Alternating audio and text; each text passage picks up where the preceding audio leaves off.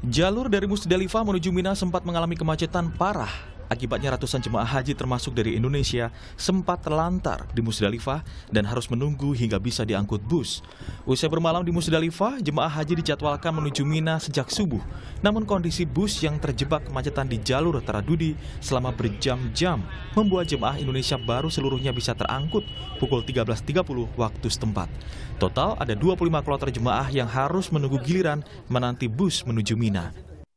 Cuaca yang panas membuat jemaah rawan kelelahan. Petugas pun langsung membagikan makanan dan minuman pada jemaah. Dirjen Penyelenggaraan Haji dan Umroh, Kementerian Agama, Hilman Latif memastikan jemaah yang sakit telah mendapat penanganan petugas kesehatan. Tadi jam 1.30 sudah banyak evakuasi, alhamdulillah sudah selesai di Musdalifah. Meskipun secara posisi makam belum teratur, artinya kita mendorong jamaah untuk keluar dulu dari Musdalifah. Selain padatnya lalu lintas, penyebab jemaah haji sempat telantar di Musdalifah adalah kekurangan armada yang mengangkut jemaah. Kekurangan armada karena permintaan yang sangat tinggi sehingga masyarakat sepertinya kekurangan armada, dan ini yang akan menjadi bahan evaluasi kita ke depan. Jangan sampai meleset perhitungannya dengan jumlah jamaah yang demikian banyak, kemudian situasi di lapangan yang sangat padat, mestinya mereka tidak boleh kekurangan armada. Imbas dari insiden jemaah yang telantar di Musdalifah kemarin menyebabkan sejumlah tenda terisi melebihi kapasitas. Kementerian Agama berjanji akan mengevaluasi permasalahan ini. Untuk sanitasi, ya, kemudian juga kepadatan tenda, karena memang kita dapat tambahan 8.000 orang, kemudian juga negara-negara yang sama, tendanya ya segini-gininya. Nah, ini juga menjadi bahan bagi kami untuk refleksi ke depan. Sebetulnya kuota yang paling rasional itu bagi jamaah Indonesia dengan kesediaan tendanya yang proporsional, itu yang kita pilih ke depan. Sementara itu, Wakil Ketua DPR sekaligus tim pengawas haji, Sufmi Dasko Ahmad, meminta Kementerian Agama memperbaiki pelayanan ibadah haji. Kurang lebih pelaksanaan haji pada tahun ini memang berjalan lancar, walaupun tadi saya tekankan tahun depan harus ditangani oleh orang-orang yang lebih profesional. Kini jemaah haji masih melanjutkan rangkaian rukun dengan melontar jamarot. Kekuatan fisik jemaah diperlukan saat ibadah haji di tengah cuaca panas dan terik yang terjadi di Arab Saudi. Tim Liputan, Kompas TV. Saudara, ibadah haji 2023 tahun ini, kali ini memang merupakan yang pertama kali setelah pandemi dicabut, sehingga kapasitas penuh dengan jutaan jemaah haji dari seluruh dunia.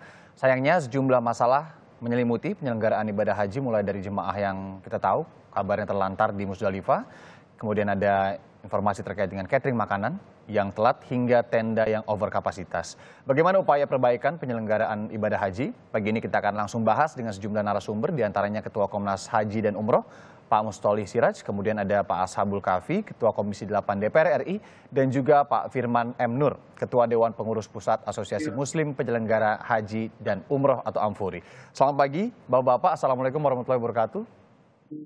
Waalaikumsalam. Ini saya harus bilang selamat pagi waktu Indonesia, karena di Arab Saudi ini masih subuh ya Pak ya? Ya, jam 3.38. Jam 3 di Arafah ya. Wah, terima kasih Pak, Bapak-Bapak ini sudah mau bergabung di Sapa Indonesia Pagi, demi juga kita kayaknya tentu harapannya ini ngebuat tenang ya keluarga-keluarga dan juga kerabat ataupun saudara di Indonesia yang mungkin keluarga kerabat saudaranya juga tengah menjalani haji. Saya langsung ke Pak Ashabul Kafi dulu, Pak Ketua Komisi 8.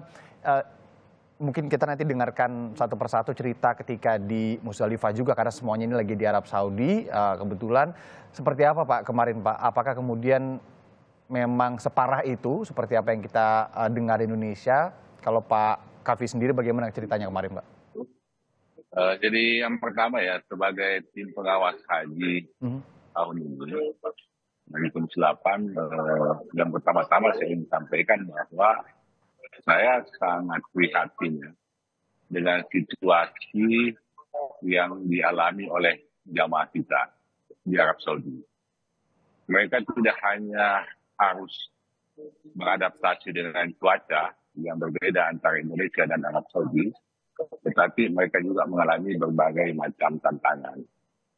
Khususnya mereka yang terlantar di Musdalifah harus menunggu jemputan selama 6 jam baru bisa dievakuasi di Mina dengan fasilitas yang sama sekali tidak ada. Ditambah lagi jamaah-jamaah di Mina banyak yang harus tidur di luar tenda karena kapasitasnya sudah melebihi yang seharusnya dibuat oleh tenda itu.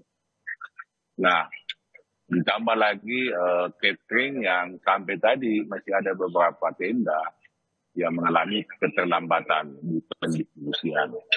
Ditambah lagi dengan sanitasi, kemudian air bersih, itu sampai tadi ada beberapa tenda yang masih mengalami kondisi-kondisi seperti itu. Nah, inilah yang membuat kami sangat prihatin setelah melakukan evaluasi dan terjun langsung ke lapangan, melihat hal-hal yang menjadi tantangan yang seharusnya menjadi haknya para jemaah, itu yang tidak mereka dapatkan. Jadi kalau dibilang terlantar itu bukan sesuatu yang hiperbola ya Pak Kavi ya? Memang fakta. Keterlantaran ini karena akibat terlambatnya bus. Kan seharusnya kan jam 8 pagi seluruh jamaah yang di Musdalifah itu kan paling lambat sudah dievakuasi semua ke Mina. Tetapi karena adanya situasi stuck di mana-mana, krisis di mana-mana, sehingga mobil itu kan terlambat menjemput jamaah di Musdalifah. Nah, cuma memang kita sayangkan karena ketika mereka harus menunggu selama kurang lebih 6 jam, jamaah kekurangan air minum, tidak ada pasokan makanan, itulah yang membuat situasi menjadi sangat kronis. Kemarin antara jam 8 sampai jam 12.30 di Musdalifah. Meskipun hari ini sudah tapi alhamdulillah jam 13.30 semua sudah dievakuasi ke Mina. Tetapi sampai hari ini ya. Itu berapa banyak Pak kloter yang kemudian terdampak ketika itu? Kemarin ada kurang lebih 3 kloter itu yang mengalami situasi keterlambatan evakuasi dari sampai Mina. Yang harus menunggu kurang lebih 6 jam. Sebenarnya sih bukan hanya Indonesia, tapi yang terbanyak dari Indonesia. Bergabung semua ya, maksudnya semua negara juga yang ada yang terdampak begitu ya, mungkin yang ada Thailand, ada Afrika, kalau tidak salah. Oke. Ada bahasanya itu.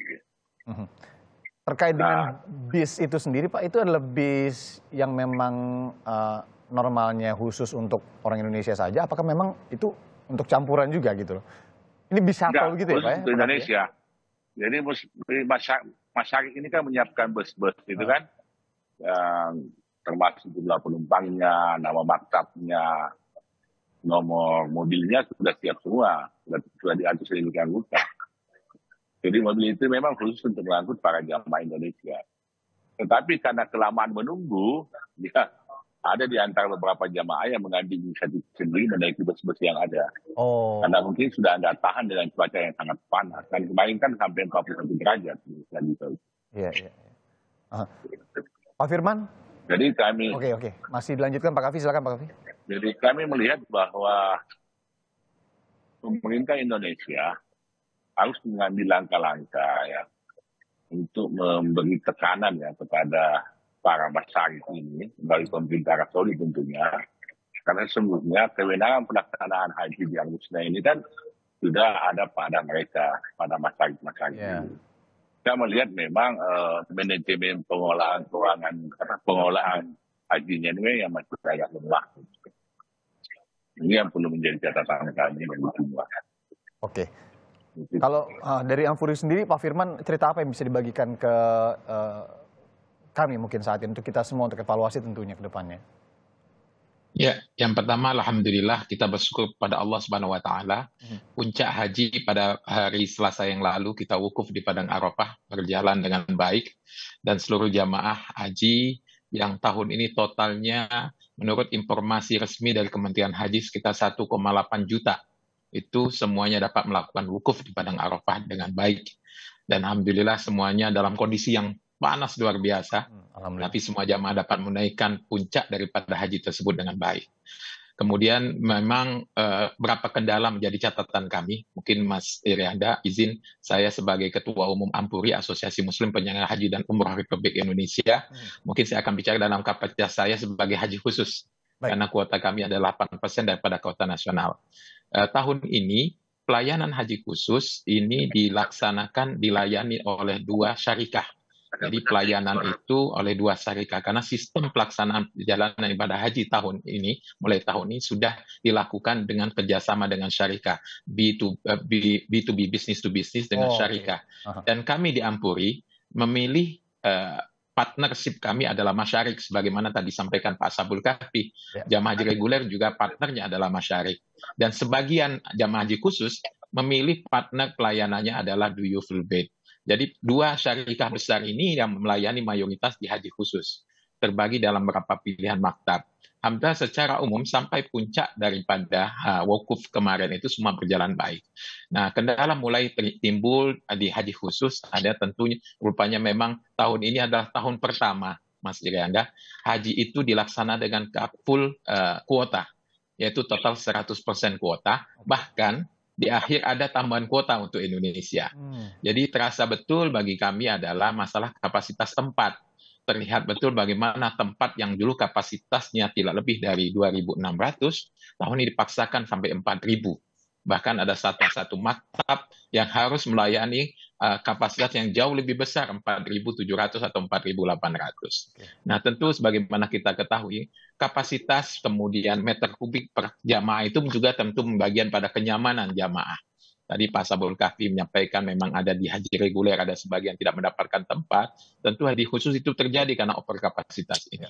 Nah, overkapasitas dengan cuaca yang sangat panas, agak ekstrim saat ini tentu mengurangi kenyamanan jamaah. Tapi overall secara umum, puncak kegiatan ibadah, tahapan-tahapan kegiatan ibadah dapat dilakukan dengan baik.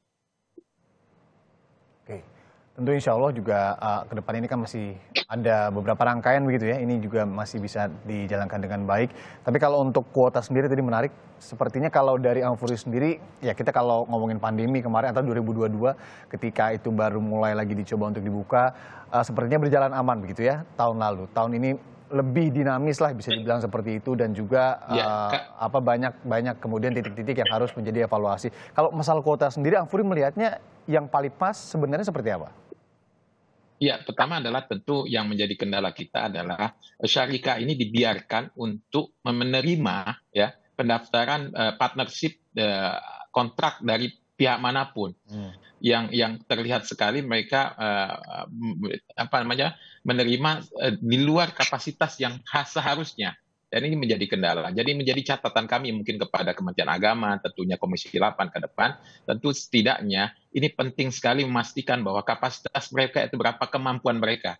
Sehingga hal-hal teknis yang terjadi saat ini, hampir mayoritas dikatakan penyebabnya adalah overkapasitas itu sendiri. Sebagaimana masalah di Muzdalifah, bagaimana memindahkan jamaah dari Muzdalifah ke Mina, itu kan kalau seandainya kapasitasnya pas, tentu jamaah itu bisa akan dipindahkan di waktu yang lebih tepat. Tapi ketika overkapasitas, keterlambatan terjadi, kemudian kenyamanan di tenda juga berkurang seharusnya, karena memang saat ini dengan cuaca yang cukup panas, kapasitas itu menentukan sekali tentang kenyamanan, karena mereka harus berteduh di dalam tenda, bisa beristirahat dengan baik, bisa melakukan kegiatan zikirnya juga dengan baik. Nah, ini menjadi kendala di lapangan. Di sampingnya efek selanjutnya adalah efek daripada overkapasitas, tentu pendistribusian konsumsi dan sebagainya. Karena perlu effort SDM yang lebih besar tentunya. Dan ini yang perlu menjadi kajian kita ke depan bersama. Jadi sebenarnya kalau untuk konsumsi catering dan lain-lain bukan masalah jumlahnya, tapi ada kendala di distribusi tadi, Pak Firman. Ya, itu kendala distribusi itu tadi. Karena memang sekarang ini mengantisipasi adalah karena kuota kembali normal dan ini menjadi baru lagi, perlu diekspektasikan harus perkiraan bahwa kemacetan juga menjadi penyebab. Jadi pergerakan itu sebagaimana kita ketahui, kalau seandainya memindahkan jamaah dari Muzdalifah ke Mina dengan jumlah yang besar, hanya sekian jam, pada malam hari lebih cepat dilakukan pemindahan setelah lepas tengah malam, itu akan mengurangi pergerakan akan lebih cepat. Yang terjadi, sebagaimana kita ketahui, mungkin ada keterlambatan transportasi itu. sehingga sifatnya adalah tentu di belakang tambah lambat sirkulasi kendaraan tersebut. Sebagaimana kita ketahui, kalau seandainya sudah menjelang lebih dari subuh, jamaah juga sudah bergerak menuju ke Jamarat. Ini berarti jamaah juga memenuhi jalan-jalan yang harusnya dipakai untuk transportasi bis tersebut dari Muzdalifah ke Mina. Oke, dari Komnas Haji dan Umroh, Pak Ketua, Pak Mustoli Siraj, seperti apa yang bisa disampaikan terkait dengan kejadian ini ya, khususnya ya, yang bis telat kemudian menjemput dan terlantar jemaah kemarin itu? Iya, jadi saya perlu menggambarkan kepada pemirsa dulu, Mas, bagaimana kondisi ketika kemarin ada pemberitaan yang cukup meluas terkait dengan terlambatnya penjemputan jamaah di Muzdalifah. Jadi kalau saya gambarkan sederhananya begini, Mas. Ketika menjelang Arafah, itu seluruh jamaah haji yang berada di Mekah itu kan didorong untuk dipindah atau dimobilisir ke ke Arafah.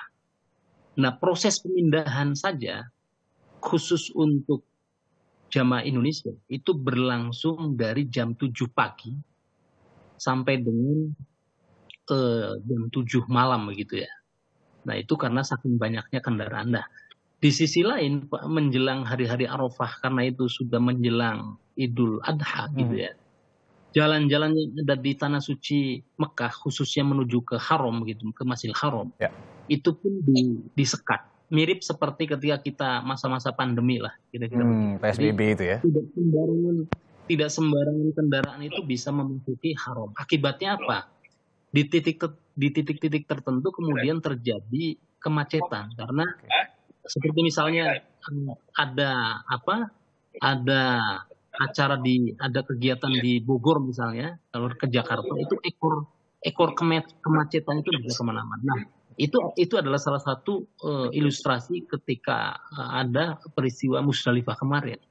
Nah, memang ketika di Muzdalifah itu mestinya kalau menurut jadwal, kalau misalnya on schedule itu jamaah itu sudah dipindahkan atau sudah dari Arafah ke Muzdalifah, karena Muzdalifah itu cuma semalam gitu ya.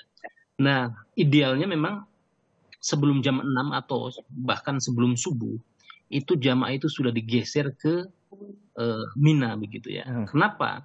Karena beda antara Arafah dengan Mina dengan Muzdalifah. Ya. Kalau di Arafah itu kan ada tenda, Mas, disiapkan untuk jamaah-jamaah begitu ya.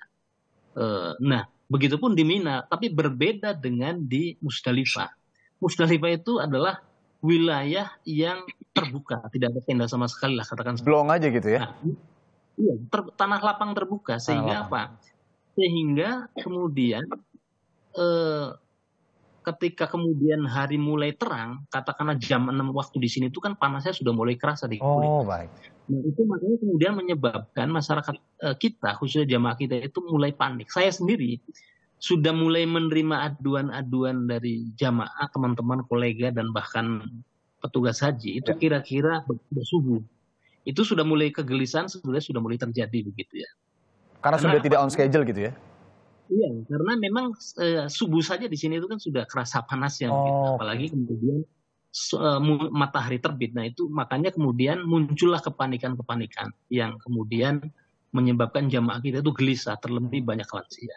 Nah, tetapi saya kira peristiwa itu menjadi pembelajaran supaya Komisi 8 dan Kementerian Agama juga melakukan evaluasi besar-besaran terkait dengan layanan masyarik tadi yang disampaikan oleh Pak Firman begitu ya. Oke. Kenapa? Karena ada 3 pilar penting yang kemudian tidak bisa dihandle oleh Kementerian Agama sebagai panitia.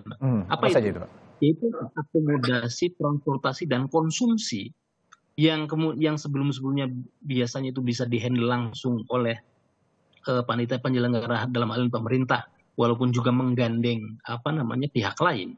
Tetapi sekarang ini semuanya 3 komponen penting itu kan langsung dihandle oleh masyarik atau perusahaan-perusahaan yang kemudian mengurus itu. Nah, akibatnya sehingga ketika ada kemudian komplain-komplain yang dilakukan oleh jamaah, itu kemudian tidak bisa langsung ditangani oleh Kementerian Agama, karena Kementerian Agama harus sebagai panitia harus kemudian berkoordinasi dengan masyarik itu. Tapi memang dampaknya ketika sistemnya demikian, jamaah kan akhirnya tidak mau tahu.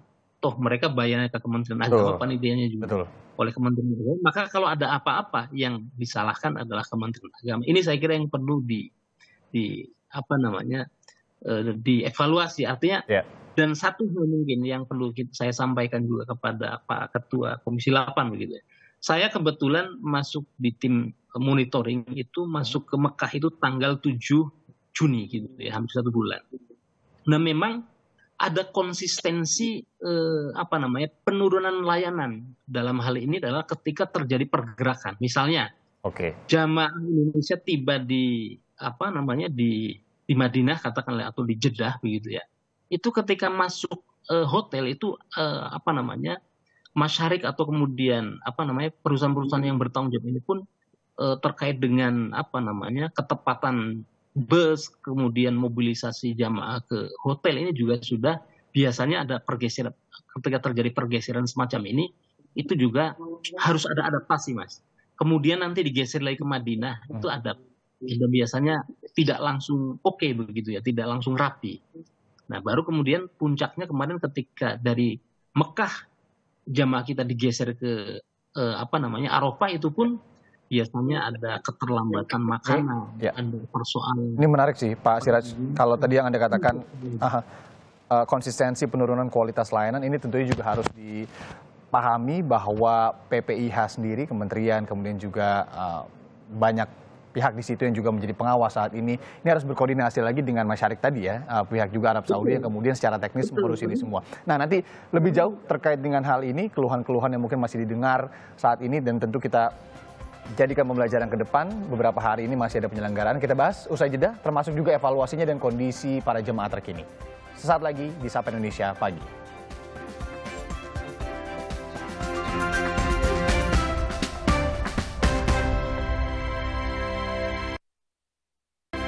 Kembali di Sapa Indonesia Pagi, kita masih ngobrol pagi ini saudara terkait dengan apa yang terjadi di Arab Saudi beberapa hari lalu. Ini kalau bisa dibilang tadi juga sebagai puncak keluhan begitu ya para jemaah haji ketika terkait dengan layanannya yang menyebabkan keterlambatan lah istilahnya begitu. Terkait pemindahan ketika mereka di Musdalifah.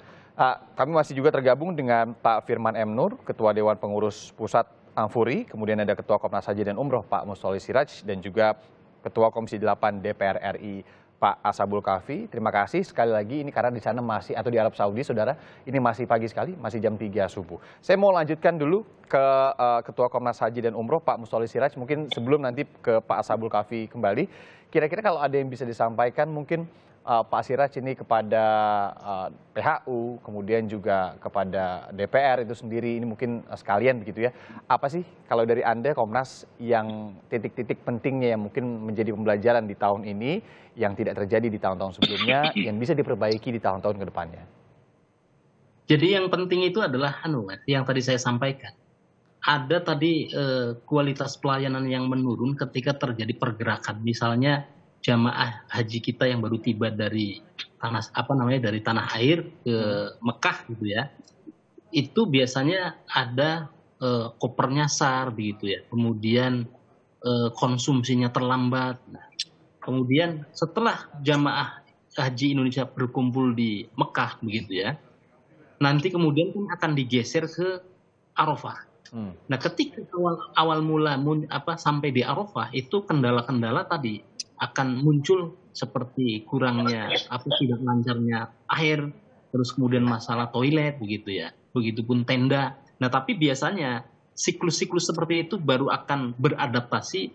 Hitungan saya itu 1 kali 24 jam baru kemudian stabil. Artinya besokannya baru kemudian masalah distribusi makanan baru lancar. Begitupun ketika tadi dari Arafah jamaah digeser ke Musdalifah.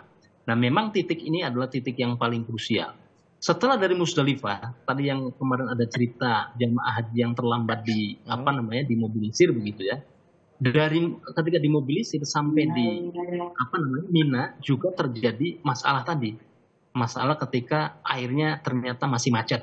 Kemudian makanannya tidak berjalan. Nah, tapi sampai dengan tadi pagi saya kira kemudian ada perbaikan-perbaikan. Nah, titik-titik pergeseran ini nanti akan muncul lagi ketika kemudian jamaah yang sekarang masih berada di Mina akan digeser lagi ke Mekah. Ini juga saya kira ada persoalan begitu. Nah, tetapi satu hal yang perlu kita apresiasi Pak Ashabul Kahfi saya kira, dan kemudian Pak Ketua Ampuri saya kira setujulah dengan kemudian gerak cepat daripada petugas dalam menangani atau merespon keluhan-keluhan yang disampaikan oleh jamaah begitu ya. Karena dan satu hal lagi juga yang perlu kita apresiasi kepada para jamaah, solidaritas dari para jamaah kita yang demikian rupa. Saya misalnya ketika habis dari Jamarot lempar jumroh, baik berangkat maupun pulang, itu betapa masyarakat kita sangat solid dan sangat saling membantu, saling bahu membantu. Yang tidak mampu berjalan itu dipapah, diberikan minuman, diberikan bagi mereka yang belum makan ditawari makan. Ini saya kira sangat membantu petugas. Penting banget tuh ya. Betul. Karena apalagi sering saya bilang bahwa kesuksesan haji itu kan ada 3 faktor. Yang pertama adalah soliditas daripada petugas dengan petugas. Yang kedua petugas dengan jamaah, dan jamaah dengan jamaah. Nah, beruntung tiga pilar ini yang menjadi pilar penting menghadapi situasi layanan masyarakat yang saya kira perlu kita evaluasi besar-besaran oleh Pak Ashabul Kahfi dan Kementerian Agama. Tapi dengan adanya solidaritas tadi saya kira menjadi cukup terbantu dalam mengatasi persoalan yang kemarin terjadi. Untuk solidaritas para pegawai PPIH tadi, kemudian juga para timwas di sana. Sebenarnya ketika masalah terjadi ya itulah ya, kita sama-sama membantu para jemaah haji, apalagi kita ingat banyak juga lansia ya tahun ini yang harapan kita bersama kan menjadi haji yang ramah lansia begitu ya. Nah, saya ke Pak Ashabul Kahfi dulu boleh Pak, ini terkait dengan evaluasi koordinasi juga dengan masyarakat tentunya yang tadi juga sudah kita bahas, sepertinya banyak bisa dibilang dalam tanda kutip miskomunikasi juga dengan masyarakat, karena ketika sudah di Arab Saudi masyarakat ini kan memegang peranan yang besar begitu ya. Kalau Pak Ashabul Kahfi sendiri melihatnya harus apa sih nantinya ini evaluasi terkait dengan hal-hal seperti ini secara teknis juga akan dibahas tentunya nanti oleh DPR dan juga pemerintah agar kedepannya tentu ini bisa lebih baik lagi penyelenggaraan haji. Yang pertama tentu ya evaluasi besar-besaran ini perlu kita lakukan. Besar-besaran ya Pak ya? Nah, termasuk kehadiran masyarakat ini dalam memberikan pelayanan, di mana hak-hak jemaah haji itu kan banyak yang tidak terpenuhi, ada lah yang tidak terpenuhi. Sampai hari ini masih makanan tadi masih ada yang terlambat, air, dan juga nah sehingga ini perlu menjadi catatan kita. Nah yang kedua begini Pak, tahun ini kuota haji Indonesia ini kan adalah kuota haji yang terbesar sepanjang sejarah haji Indonesia, sejarah haji Indonesia ya. Saya kira perlu ada persiapan khususnya dalam menghadapi kondisi darurat.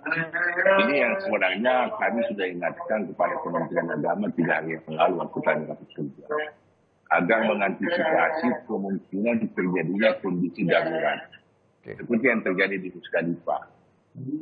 Musdalifah ini kan sebenarnya di luar jangkauan, di luar prediksi kan. Nah, seharusnya dengan melihat cuaca yang begitu panas,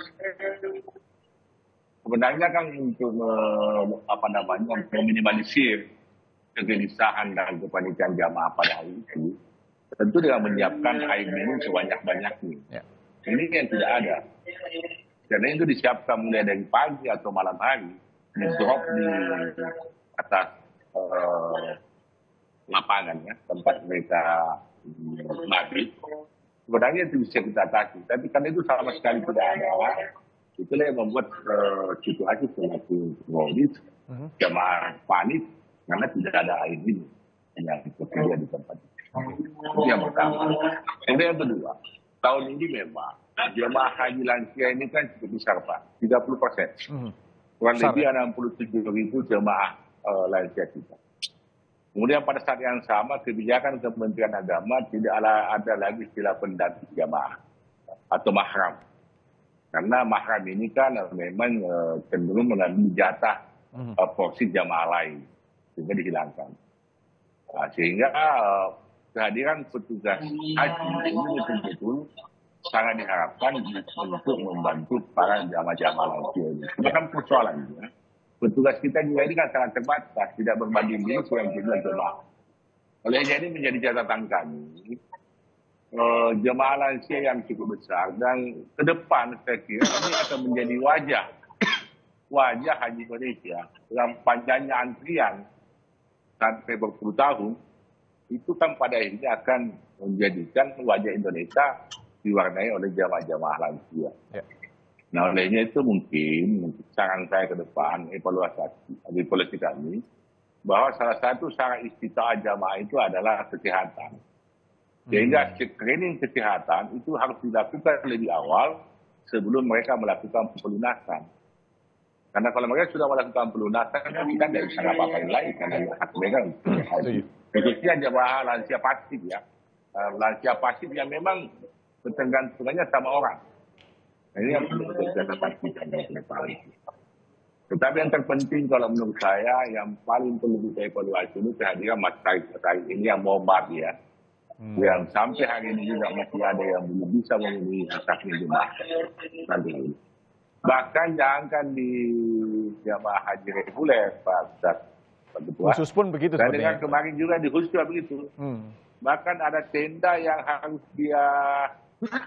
ada tenda yang diklaim oleh 2 travel. Itu saya dengar seperti itu. Ya. Nah, itu kan pengakuan yang menurut saya yang kurang ya di dalam penyelenggaraan haji tahun ini. Dan itu menjadi catatan kami. Oke, baik. Pak Firman, mungkin ada yang bisa ditambahkan? Ya, yang pertama adalah memang tadi sebagaimana saya sampaikan sebelumnya, tahun ini adalah tahun di mana kuota itu menjadi sempurna, lengkap, bahkan ada kuota tambahan. Jadi ini menjadi satu hal yang apa namanya, titik baru setelah pasca pandemi yang sebelumnya pengalaman tahun baru hanya 50%. Jadi memang terlihat sekali antisipasi plan B-nya tidak berjalan dengan baik. Okay. Jadi ini menjadi peran. Yang selanjutnya adalah masukan kami adalah melihat puncak haji dari tanggal 8 Zulhijjah sampai 13 Zulhijjah 100% dilaksanakan oleh pihak Saudi Arabia, dalam hal ini perwakilan swastanya, yaitu PT Masyarik yang ada. Nah, ini juga mungkin perlu kita sama-sama evaluasi ya. Karena ketika 100% pelayanan itu diberikan kepada pihak lain, kita harus memastikan bahwasanya mereka mampu memberikan pelayanan dari semua tahapan kegiatan tersebut. Itulah pentingnya kita tim pengawas, PPIH untuk menghadirkan negara ya bagi masyarakat kita yang sedang berhaji ya. Pak Firman. Kalau Ampuri mengusulkan perlunya adalah porsi lebih dari pemerintah Indonesia, Kementerian Agama, untuk juga ikut melayani dalam puncak-puncak pelaksana tersebut. Di antara misalnya kita memegang transportasinya misalnya, sehingga kita bisa melakukan monitoring yang baik tentang mobilitas jamaah di dalamnya. Saat ini Mas Rianda, itu dari tanggal 8 semua tahapan itu total 100%. Dari transportasinya, mobilitas jamaah, konsumsinya, akomodasinya, kita hanya menjadi konsumen saja. Ya, dan itu mereka peran aktif. Nah, ini yang perlu kita usulkan. Karena sehingga kita juga bisa mengantisipasi titik-titik riskan. Sebagaimana kita ketahui, sebagai Pak Mustolih tadi, dari tanggal 8 sampai tanggal 13, itu pergerakan luar biasa. Waktunya sangat pendek dan jamaah dimobilisasi dari satu tempat, dari hotel ke Arafah. Ya, 12 jam. Dari Arafah ke Muzdalifah, waktunya hanya 6 jam. Begitu juga, artinya perlu antisipasi. Nah, porsi kita berharapkan kita punya mampu untuk melakukan negosiasi kepada pihak Saudi, akan mendapatkan porsi juga untuk memberikan pelayanan. Sebagaimana kami di Haji Khusus, kami mulai tanggal 8 selalu menyampaikan kepada jamaah, saatnya setelah menikmati pelayanan kami, di tanggal 8 sampai tanggal 13, kami hanya membeli paket dari pihak swasta Saudi yang tahun ini kami pilih ada partnernya Masyarik. Ini harus menjadi evaluasi sehingga, juga. Betul. Sehingga kami tidak bisa memberikan standarisasi haji khusus kepada jamaah tersebut. Misalnya akomodasi. Kalau di hotel kami reservasinya kan bisa kita tahu bahwa kami ngambil 100 kamar. tiap kamar diisi 2, 3, 4 kita sudah tentukan. Tapi ketika kita puncak haji dengan pihak lain yang harus kita lakukan, kita ikutin, kadang-kadang apa yang komitmen kita kepada jamaah realisasinya tidak terjadi. Tadi sebagaimana disampaikan oleh Pak Sabul Kahfi, tempatnya bisa berkurang, bisa rebutan, overlapping dengan yang lain dan sebagainya. Dan ini menjadi sedangkan saat itu semua jamaah harus dalam kondisi khusyuk betul, karena itulah puncak pada tujuan ibadahnya. Kegiatan sebelumnya dan setelahnya haji itu hanya kegiatan ibadah hari-hari saja di Masjid Haram dan Masjid Nabawi. Sedangkan haji itu adalah kegiatan azmuna tadi, Arafah, Muzdalifah, Mina. Dan ini kami lihat masih 100% dijalankan oleh pihak swasta lain. Nah, yang sebagaimana kita ketahui, sebagai perusahaan di Saudi swasta, dia bekerja sama bukan hanya dengan Indonesia, Pak Sabul Kahfi. Dia bekerja sama dengan banyak negara lain. Sehingga kita tidak tahu apakah dia fokus bisa menghandle kita dengan baik. Berapa kesediaan SDM-nya, berapa persentase timnya, dan sebagainya. Nah, itu yang perlu kita titik masuk mungkin momen di sini, bahwa kita mengusulkan ada porsi juga bagaimana kita bisa punya wewenang, punya otorisasi untuk melakukan pelayanan yang lebih baik kepada jamaah haji kita. Baik, terima kasih. Karena ini juga berkaitan dengan jutaan masyarakat Indonesia yang kemudian 30%-nya itu adalah lansia yang membutuhkan sekali pendampingan ketika apalagi ditambah panas terik ya, yang kemudian juga dicampur dengan banyak sekali warga negara yang juga menjalankan ibadah haji di sana. Sepertinya kumandang azan subuh di Arab Saudi sudah akan dilakukan. Saya tidak mau juga kemudian memperlama lagi, takutnya juga ibadah sholat subuh sudah akan berlangsung di sana. Sekali lagi saya ingin berterima kasih kepada seluruh narasumber yang sudah hadir secara virtual dari Arab Saudi langsung pagi hari ini. Pak Sabul Kahfi, Ketua Komisi 8 DPR RI, terima kasih Pak. Kemudian juga ada Pak Firman M. Nur, Ketua Dewan Pengurus Pusat Asosiasi Muslim Penyelenggaraan Haji dan juga Umroh, Amfuri, terima kasih. Kemudian juga tidak terlepas Pak Mustolih Siraj, Ketua Komnas Haji dan juga Umroh. Terima kasih Pak Kahfi, Pak Siraj maksud kami. Dan semoga tentunya ini masih berjalan lancar di sisa-sisa perjalanan haji di Arab Saudi, dan juga titip untuk kemudian memberikan layanan terbaik bagi warga negara Indonesia yang tengah menjalankan haji saat ini. Terima kasih Bapak-Bapak. Assalamualaikum warahmatullahi wabarakatuh. Selamat melanjutkan ibadah di sana.